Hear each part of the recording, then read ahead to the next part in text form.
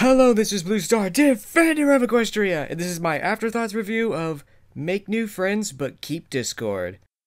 Oh dear, well this episode didn't go very well for me. In a way, there's no winning for me in this episode. Yeah, this was a difficult episode for me, because at first I definitely took this episode way too seriously, because for the most part, Discord is being a jerk. But at the moment that he basically is threatening Treehugger's life in a way, may not exactly be the same thing, but falls under the same category, and at least in my opinion anyway. Discord, you just went from being a jerk to being a hostile. The thing that drives BlueStar is, I won't let you hurt them. You have to go through me first. So, the unfortunate thing with that is, Discord has effectively, in my mind, drawn a weapon against someone and trying to hurt them. And now we gotta go take you down! Which of course we can't. So this is almost why I'm glad the Royal Guard were not in this episode, because they would have gotten their butts kicked along with the main six. But I do have to say that at the same time, that was actually a kind of a funny moment. It's like, don't worry, we will save you! And then Discord is just like, oh, come on, Mate 6, you don't think you could really do anything against me? Or it's like, oh, get lost, Mate 6, stay out of this! And then the Mate 6 are like, oh no! Oh! But then again, at the same time, it's like, how dare you do that to a princess? Yeah, in a previous scene, it's like, Discord says, oh, I've got better things to do with my time than watch after that thing. How dare you say that to a princess? You're lucky that Twilight is not the kind of princess that says, off with his head! Because there have definitely been people who have lost their head by talking back to a queen or princess that way. Oh dear. But yeah, having said that, there were some fun, interesting things here. There was a lot of actually interesting things in this episode, but they're all kind of happening in the background. You almost have to stop the episode in order to really see them that well and everything, and it's just, the actual episode itself isn't really that good. It's all this stuff that's going in the background that's kind of interesting.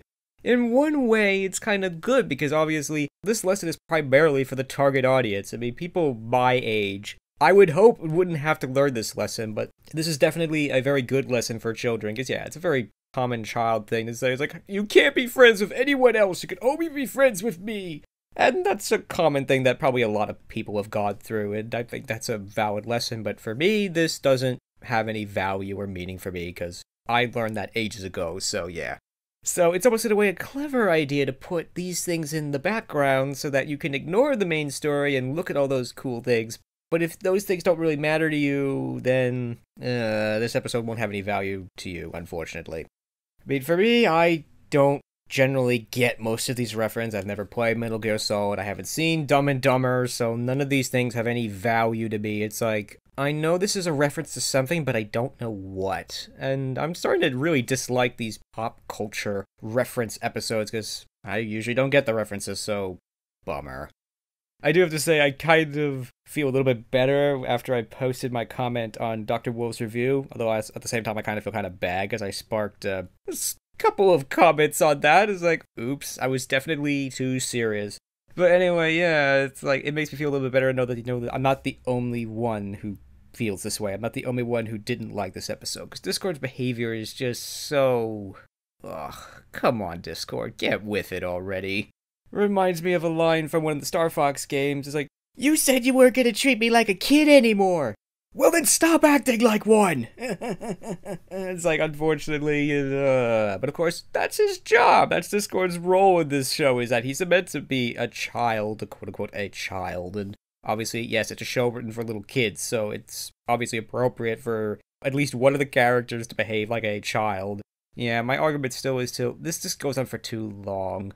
But for the first minute and a half, I'm already being turned off by Discord's behavior and everything, and I'm just like, oh, come on, Discord.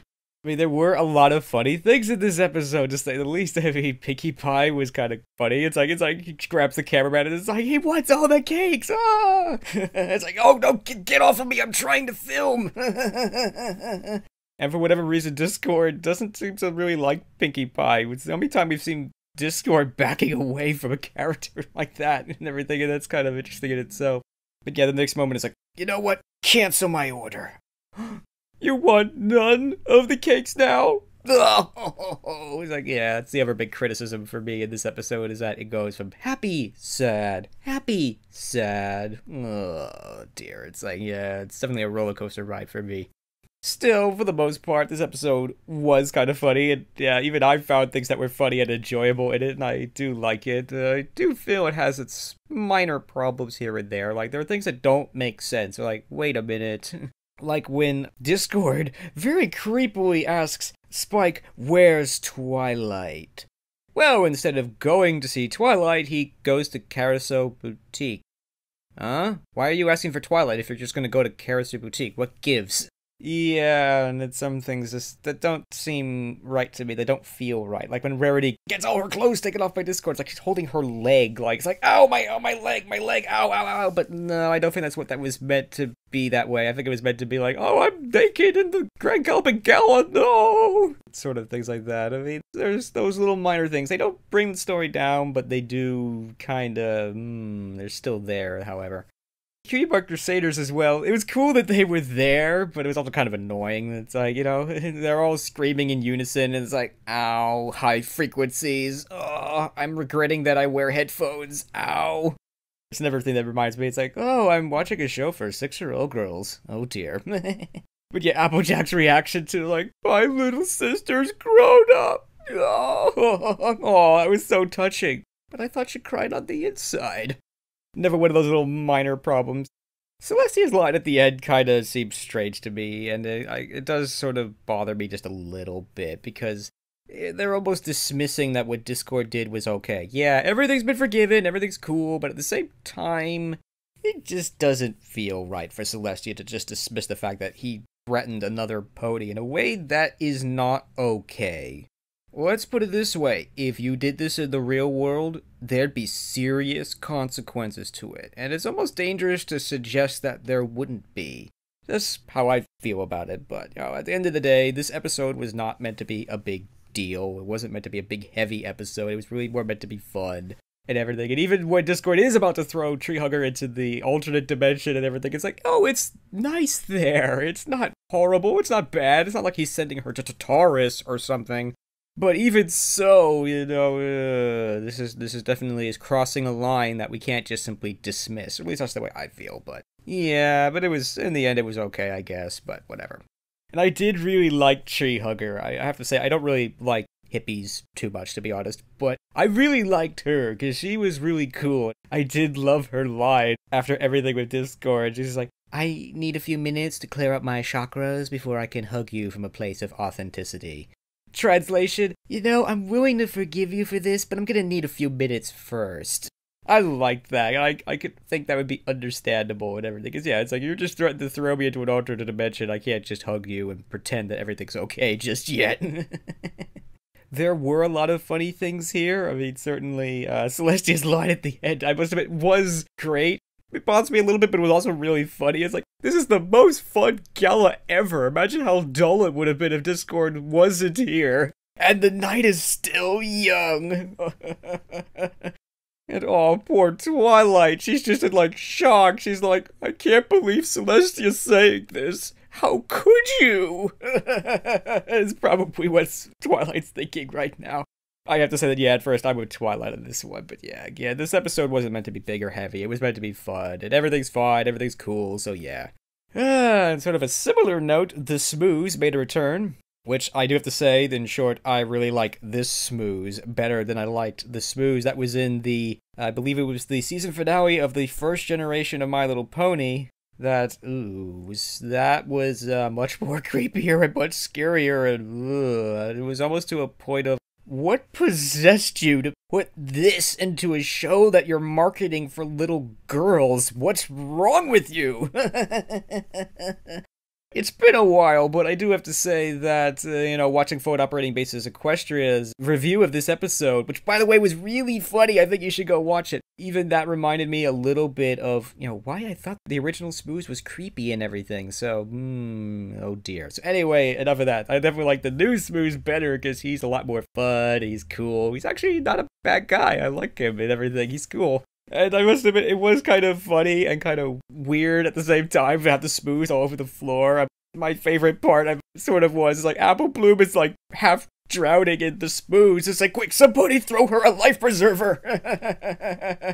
I don't know. It's funny when I think about it that way, but yeah, it's also kind of disturbing at the same time. It's like Apple Bloom is like half drowning in the smooze. That's kind of bummer, but man.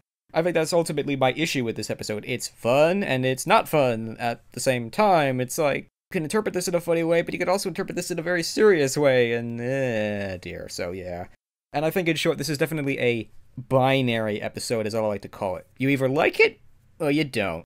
There is no in-between. So yeah, I definitely go into the I don't like it category.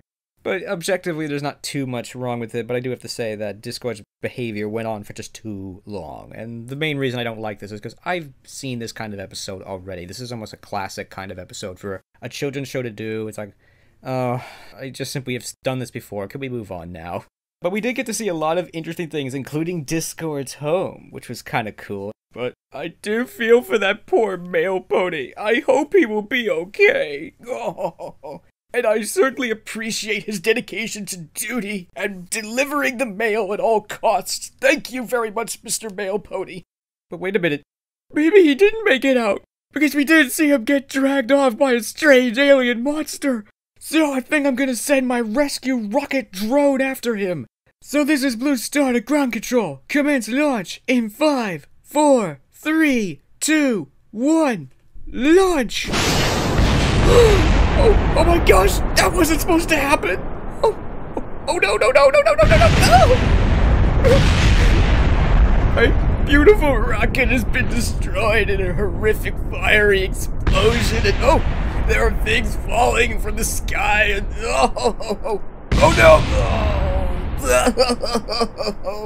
I'm so sorry, Mr. Mail Pony. I did my best, but my rocket was destroyed by improper staging. Who will save you now, Mr. Mail Pony? Forgive me! Oh, could not resist. And that, I think, has been the interesting thing for me for this episode, is that I think I've had more fun with fan projects and other videos than I have with the actual episode itself and everything.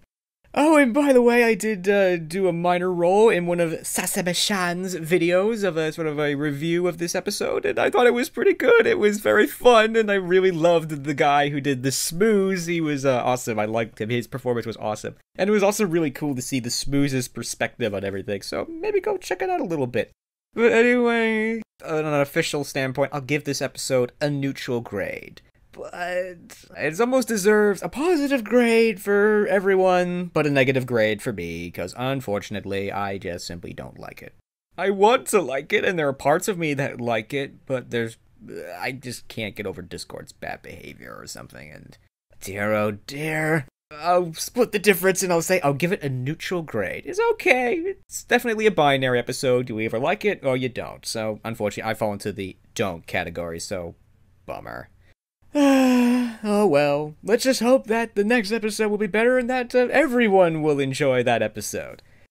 So that is the end of my review of Make New Friends But Keep Discord. This is Blue Star. Stay strong and pony on. Blue Star out.